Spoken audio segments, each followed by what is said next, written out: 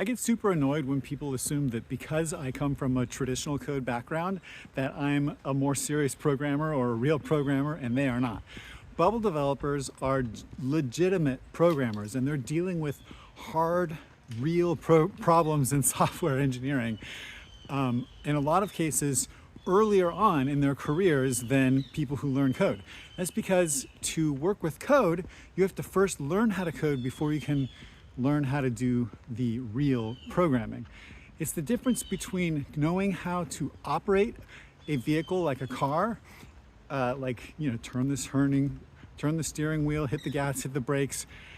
That's, in one sense, knowing how to drive. But knowing that does not automatically make you able to race competitively in a car race, right? They're different skills entirely.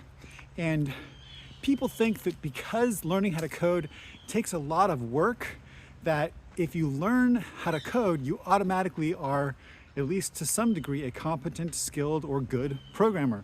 But that is like saying anybody who has learned how to operate the gas pedal and the brake pedal and the steering wheel on a car is able to race in a car race. It's different skills, right?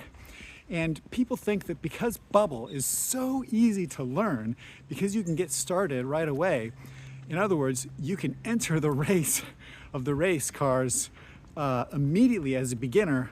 People are seeing all these beginners racing in the race and thinking, Bubble is for amateurs.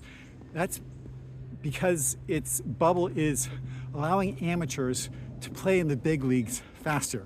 That doesn't mean that Bubble is incapable in the hands of a person who knows how to wield it, incapable of doing and performing at the highest level.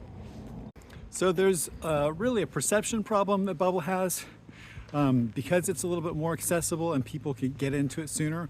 But it's also a huge advantage because it means that you can jump in and start learning real powerful software engineering skills off the bat, and you can spend your first year or two as a developer learning legitimate software engineering strategy rather than spending your first year or two in development just figuring out how to operate the vehicle, learning to code.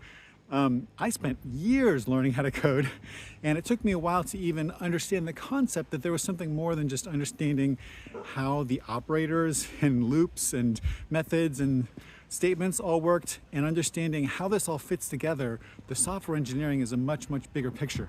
And in fact, learning Bubble made me a better traditional coder because I was able to get into that stuff even faster and get more experience.